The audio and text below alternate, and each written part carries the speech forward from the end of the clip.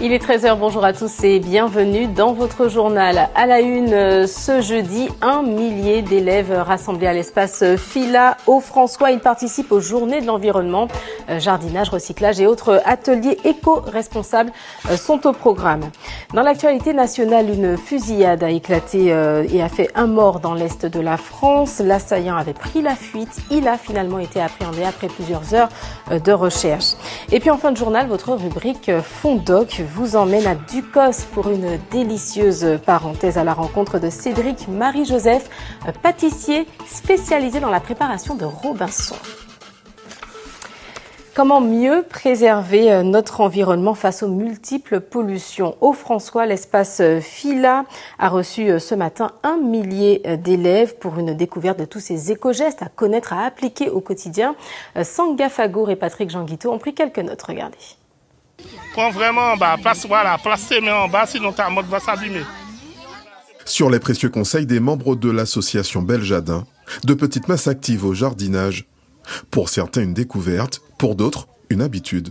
Je plante déjà chez moi. Ah, qu'est-ce que tu plantes chez toi? Alors, de l'oignon pays. Je plante aussi des goyaves. Qu'est-ce que tu plantes avec ta maman? Je plante de l'abricot, des sapotines, des tomates. Je plante aussi de l'aubergine. Mais au-delà de la culture raisonnée de la terre, les journées de l'environnement visent aussi à sensibiliser les écoliers aux gestes éco-citoyens dans leur ensemble. L'empreinte eau, c'est la quantité d'eau dont on a besoin pour la fabrication d'un objet. Cela passe aussi par la protection de la ressource eau et des fonds marins. Pour la création d'un t-shirt, 2500. j'ai besoin de 2500 litres d'eau pour faire un seul t-shirt. J'ai découvert qu'il y a un 7e continent, en quelque sorte. C'est un endroit dans la mer où il y a un tas de déchets regroupés. Et ça, c'est de la pollution. Je vais essayer de ne pas jeter moins de déchets dans la nature déjà. Et de plutôt utiliser des gouttes que des bouteilles en plastique. On a appris la déchetterie, donc à ne pas polluer la mer, etc. Parce que sinon, les animaux, ils vont mourir parce qu'ils avalent les morceaux de plastique et ça les étrangle et ils meurent. Près de 1000 écoliers vont participer jusqu'à demain à cette deuxième journée de l'environnement, avant la journée mondiale du lundi 5 juin. La période cyclonique est officiellement ouverte et elle s'annonce teintée d'incertitude pour les 5 prochains mois. D'un côté, une mer plus chaude que les années précédentes et de l'autre, l'émergence du phénomène El Niño censé tempérer la virulence des précipitations. On fait le point avec Alain Muslek, responsable des services prévision à Météo France. Il est au micro de Stéphane Petitfrère. Ces prévisions sont basées sur l'évolution de 2 phénomènes essentiels. D'une part, l'évolution de la température de surface de la mer, qui est un élément très important et fondamental pour le devenir en fait des systèmes tropicaux. On a une température de surface de la mer qui est actuellement supérieure à la normale et qui va le rester, voire même s'amplifier. Donc ça, c'est plutôt un élément pour que la saison cyclonique soit plus active que la normale. L'autre élément qui influe sur les prévisions d'activité cyclonique, c'est le cycle El Niño. Alors, actuellement, on est en train de basculer vers un cycle El Niño qui devrait se renforcer au cours de la deuxième moitié de l'année 2023. Or, un cycle El Niño va avoir des répercussions sur l'atmosphère de l'Atlantique tropicale qui sont plutôt défavorables pour avoir une activité cyclonique importante. On a donc 2 effets qui s'inversent. Et ça rend à nos prévisions d'activité cyclonique une incertitude très importante. Et dans l'actualité nationale, à présent, la sidération à Nantura, petite ville dans l'est de la France.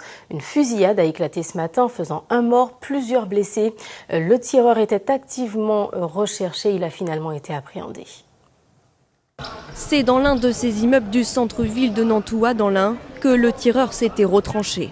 Ce matin, l'homme, d'une trentaine d'années, armé, ouvre le feu dans un bar. Il touche mortellement un homme de 19 ans et blesse 2 autres personnes. L'une d'elles, âgée de 30 ans, a été évacuée en urgence absolue par hélicoptère à l'hôpital de Lyon-Sud.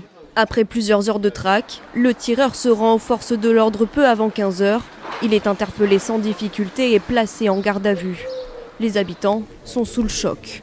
Je me suis rendu compte que ça se passait à 50 mètres de mon commerce, donc je suis aux premières loges, c'est impressionnant. Bellegarde, on sait très bien qu'il y a des choses qui se passent, qu'il y a de l'insécurité, mais Nantua, une petite ville comme Nantua, voire Montréal-Lacluse, on ne s'attend pas vraiment à ça. La fusillade a éclaté à côté des écoles. Les élèves ont été confinés dans leur établissement. J'ai envoyé un message à la maîtresse et la maîtresse m'a bien dit qu'ils vont bien. Selon les enquêteurs, il s'agirait d'une rixe. Une cinquantaine de gendarmes ont été mobilisés. Une enquête de flagrance du chef d'assassinat a été ouverte et confiée à la section de recherche de Lyon. 2 proches du suspect sont actuellement auditionnés par les enquêteurs pour éclaircir les circonstances de ce drame. Et au Canada, c'est un gigantesque incendie qui sème la terreur. 4 feux de forêt se sont déclarés dans le sud-ouest de la Nouvelle-Écosse. Les pompiers luttent sans relâche mais ne parviennent pas à maîtriser les flammes qui continuent de progresser vers les zones habitées. Alban Mikosi. C'est comme un dôme de feu qui enserre la ville d'Halifax. Vue d'avion, toute la région semble la proie des flammes, des incendies immenses, comparables à ce que la Gironde a connu l'été dernier. La différence, c'est qu'il y a ici 500 000 personnes menacées par l'avancée des flammes. Go, go, go, go. Vas-y, roule, roule, roule. Oh merde, merde. Oh non, fais demi-tour, demi-tour. Certains paniquent, il y a de quoi. Dans ce quartier de Tantalone, 150 maisons ont déjà brûlé depuis le début de la semaine. Avec un simple tuyau d'arrosage, cet homme veut encore lutter. Arrête, lui crie son voisin. Le feu peut sauter par-dessus les arbres à tout moment. Lui aussi va renoncer, comme ses habitants, évacués à temps, mais qui ont tout perdu. J'ai vu des enfants courir partout et qu'on a dû sauver au dernier instant avant que leur maison disparaisse dans les flammes. Il n'y a plus rien. C'est tellement triste. Un ordre d'évacuation officiel concerne près de 20 000 personnes. Mais son application est chaotique, compliquée par l'effondrement de ce pont dont la structure n'a pas résisté au passage des flammes, et aussi par le nombre de routes coupées. Les autorités ne cachent pas leur inquiétude. Je crois qu'on traverse des moments très stressants. Combattre ces incendies, même avec tous nos moyens, va prendre beaucoup de temps. Chaque jour, on espère la pluie, mais non. Chaque jour, les températures montent et le vent est de plus en plus fort. En priorité, les pompiers canadiens protègent les zones résidentielles au plus près de la ville d'Halifax. Une course de vitesse face à l'avancée des flammes au moment où 2 autres incendies se développent dans la même région. L'actualité en Guyane, marquée par cette polémique au village amérindien Camouyéné. Les habitants dénoncent des restrictions arbitraires sur leur consommation de couac. Cette semoule de manioc est l'aliment de base de la communauté. Les gendarmes en ont saisi plusieurs kilos lors d'une descente cette semaine. Les précisions de Brigitte Wap et Séfiane Dié. Dans cette touque, Esteva Yapara du village amérindien de Camouyéné à Makouria stocke le couac qu'il a fabriqué. Mais depuis ces derniers mois, ses plantations de manioc ont été décimées. Mais maintenant, ça fait 20 ans qu'il a qui fait, moi pas de manioc. Mais sinon, moi pas tellement souffert du couac. Mais là, à pas nous faute, nous pas la terre, nous pas côté pour aller. À pour ça qui fait nous ce problème. Et là maintenant, nous obligés aller acheter Saint-Georges. Le 13 mai dernier, il s'est rendu à Saint-Georges pour acheter du couac. Les gendarmes du poste de contrôle de Regina ont confisqué sa cargaison de 200 kilos, bien au-dessus des 20 kilos autorisés ce jour-là. Une incompréhension pour les villageois réunis sous le grand carbet du village de Camouyéné, habitués à se rendre à Saint-Georges. Nous, on achète le couac à Saint-Georges parce qu'on n'a pas d'abattis ici à Camouyéné. Voilà pourquoi tout le village va à Saint-Georges. Je me demande quand aurons-nous la réponse à la question que nous nous posons. Allons-nous pouvoir de nouveau acheter librement notre couac à Saint-Georges? L'association Trop Violence soutient les villageois car le couac est la base de l'alimentation des familles. Nous, on consomme 3 kilos par jour déjà. Le couac, c'est plus nourrissant. Ça nourrit mes enfants. Donc, sans couac, nous, on ne peut pas vivre sans couac. La réponse du préfet est claire, il n'y a pas de restriction de quantité sur le couac guyanais. Il n'y a aucun arrêté préfectoral contre le couac en Guyane. Alors par contre, il faut bien savoir que l'intérêt des douanes, des services de police, c'est aussi de contrôler tout ce qui peut rentrer des frontières extérieures. Si ces habitants achètent le couac à Saint-Georges, c'est qu'il est moins cher et confectionné par d'autres familles amérindiennes. Pas de restriction à La Réunion pour la consommation de goyave. C'est bien ça, goyave, à ne pas confondre avec la goyave martiniquaise. La nature là-bas est généreuse cette année. Les fruits, les goyaves mûrissent en abondance à la plaine des Palmistes. Les cultivateurs manquent même de bras pour les cueillir. Hermione Razafina-Rivo et Alix Catherine. Dans ce verger de 5 hectares à la plaine des Palmistes, Jean-Pierre Rivière ramasse chaque année entre 6 et 8 tonnes de goyaviers, ce qui représente à peu près 10 000 € de chiffre d'affaires. Pour cette saison, le producteur se retrouve avec des fruits bien rouges, sucrés, juteux, prêts à être mangés, mais il manque de main-d'œuvre pour les cueillir. Il y a des goyaviers qui tombent, qui ne sont pas ramassés. Ça engendre une perte assez conséquente sur la quantité récoltée. Donc voilà, les conséquences, s'il nous manque de cueilleurs, de travailleurs, les goyaviers tombent et puis c'est perdu. L'an dernier, Jean-Pierre a pu compter sur 2 cueilleurs. Mais aujourd'hui, difficile pour lui de s'en sortir avec son épouse. Il a donc lancé un appel sur les réseaux sociaux. C'est très embêtant parce qu'on a un manque à gagner au niveau économique. Les fruits qui ne se vendent pas, c'est de la perte. Et également pour la demande, pour les transformateurs, les clients, ils n'ont pas leurs produits. Donc pour eux aussi, c'est pas idéal. Financièrement, ça représente 3-4 000 € de perdu. D'une tonne à 2 tonnes de perdu sur la saison. Et le producteur pense savoir pourquoi la cueillette attire de moins en moins. C'est peut-être un métier qui est pénible, c'est difficile, il y a les conditions climatiques, on est en hiver, il y a la pluie, comme aujourd'hui, le froid, etc. Donc les gens viennent de moins en moins vers ce genre d'occupation, de métier, quoi. La fin des vacances l'angoisse aussi, car il y aura moins de cueillettes en famille. Alors vous voyez ici, là, heureusement qu'hier, c'était le week-end des vacances, donc on a eu pas mal de familles qui sont venues en pique-nique, en promenade. Donc ils ont cueilli beaucoup de fruits. Mais ces petits fruits rouges vont mûrir, il va donc falloir les ramasser. Le producteur mise sur les quelques entretiens prévus en fin de semaine pour trouver les perles rares et remonter la pente. Allez, retour chez nous avec un mot de l'actualité politique. Les élections sénatoriales vont se dérouler le 24 septembre prochain. Le PPM a choisi son candidat. Il s'appelle Raphaël Séminor. Il ne fait pas l'unanimité. Plusieurs prétendants déçus menacent de se présenter sans l'aval de leur parti. Franck Zozor et Olivier Nicolas Diduclos.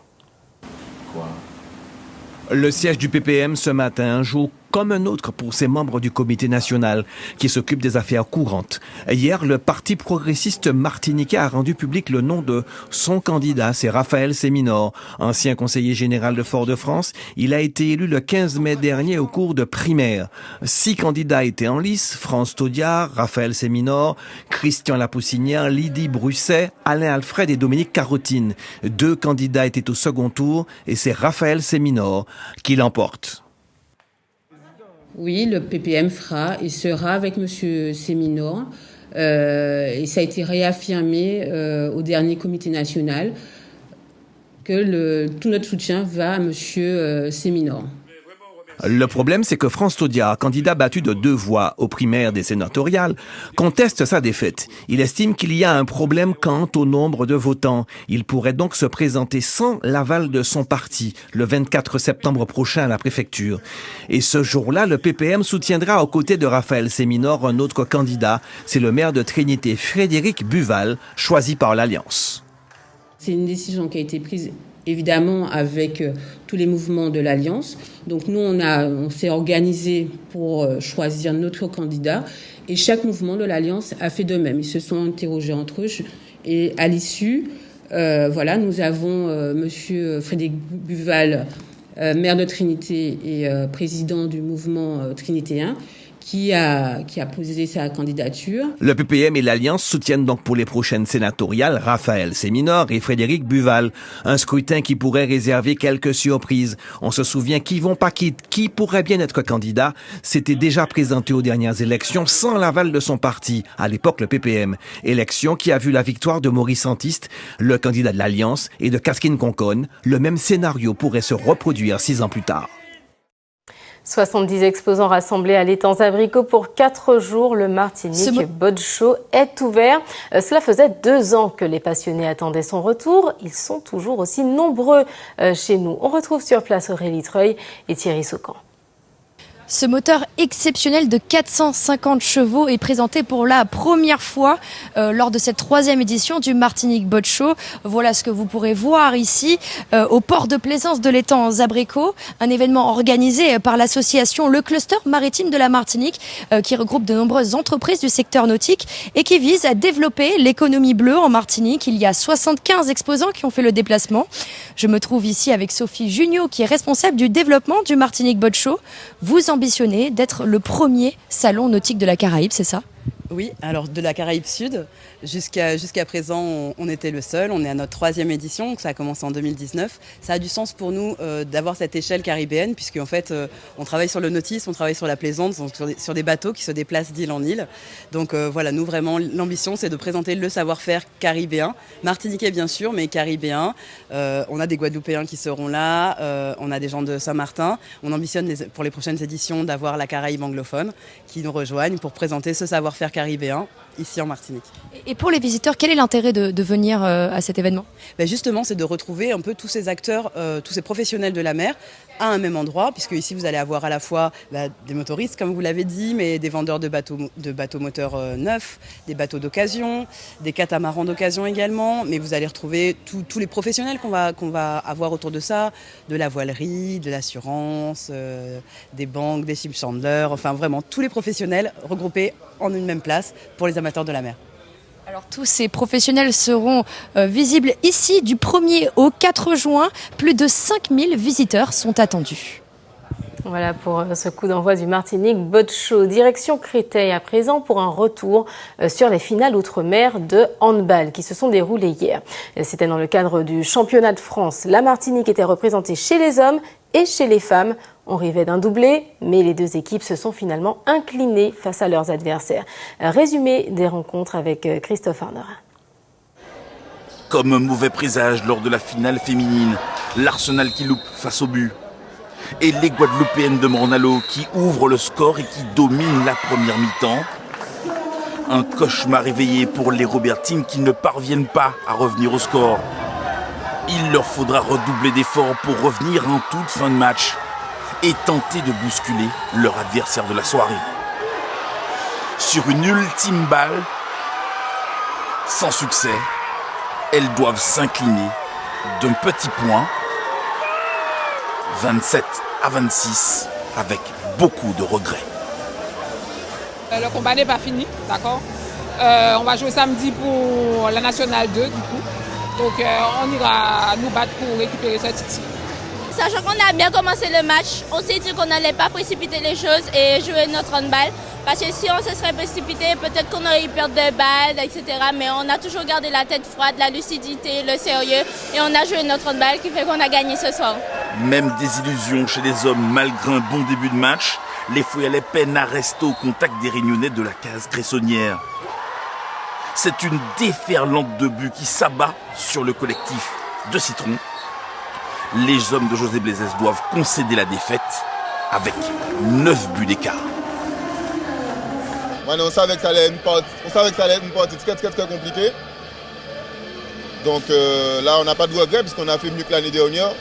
Et comme je vous ai dit, on se donne rendez-vous samedi. La difficulté, comme toujours, c'est qu'on laisse des forces. Mais bon, voilà, c'est une belle victoire. Citron a super bien joué. Il y avait des bons joueurs de qualité, un beau jeu rodé en face. Donc ça a donné un super match. Lot de consolation pour nos handballeurs martiniquais. Ils disputeront tout de même des finales nationales ce samedi. National 3 pour l'USC Citron et National 2 pour l'Arsenal du Robert. Allez, à présent, c'est l'heure de votre rubrique Fondoc. Cette semaine, William Zebina et Jean-Marc Kenanga ont posé leur caméra à Tucos. Ils ont rencontré Cédric Marie-Joseph. Pâtissier depuis 12 ans, il a fait du gâteau Robinson sa spécialité. La recette lui a été transmise par les anciens propriétaires de la pâtisserie dans laquelle il travaille.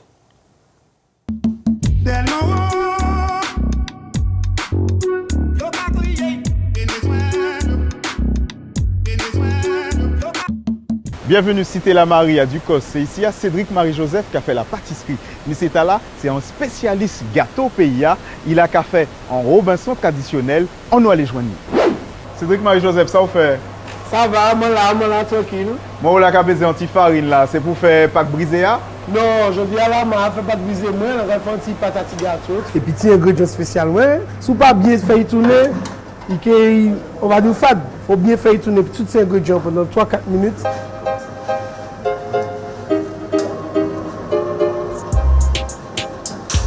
Moi, j'étais petit, je regarde des émissions, je me dis comme bon, quand il lancé comme moi, j'ai aimé.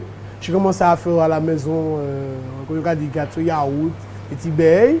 Je suis passé en CAP pâtissier, la MEP. Et ensuite, je suis allé CFA Rivière-Salée, passer CAP boulangerie. Les anciens propriétaires, c'est depuis 1970 que yo tes amis tiré ça en place. M'en venu à partir de 2011 et après les yo ba mon héritage recette là sans bien que nous continuer à approfondir. C'est un métier qui est très créatif, un métier d'art. Donc si on peut rajouter des petits beignes dans ça à café et puis inventer un beignet, c'est ça moi-même dans le métier parce que vous pouvez mélanger certains goûts. Et si vous n'êtes pas passionné à ça, vous pouvez faire, vous pouvez quand même ça faire. Donc après, ça fait lever bonheur, tout début, c'est raide. Après, c'est une question d'habitude.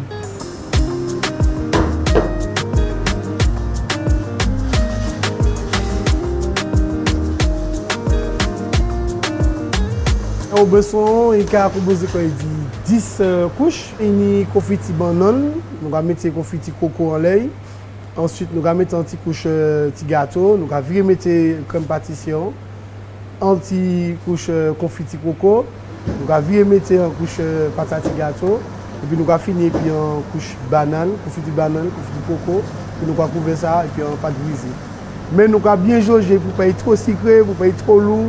Mon point de vue, c'est que faire un bain puis un bain local, je trouve comme si le pays est bon. Différentes communes qui sont sorties pour venir acheter ça ici à Ducos. Donc on a dit que la KPE, on a dit que ça va faire à son bon bain alors.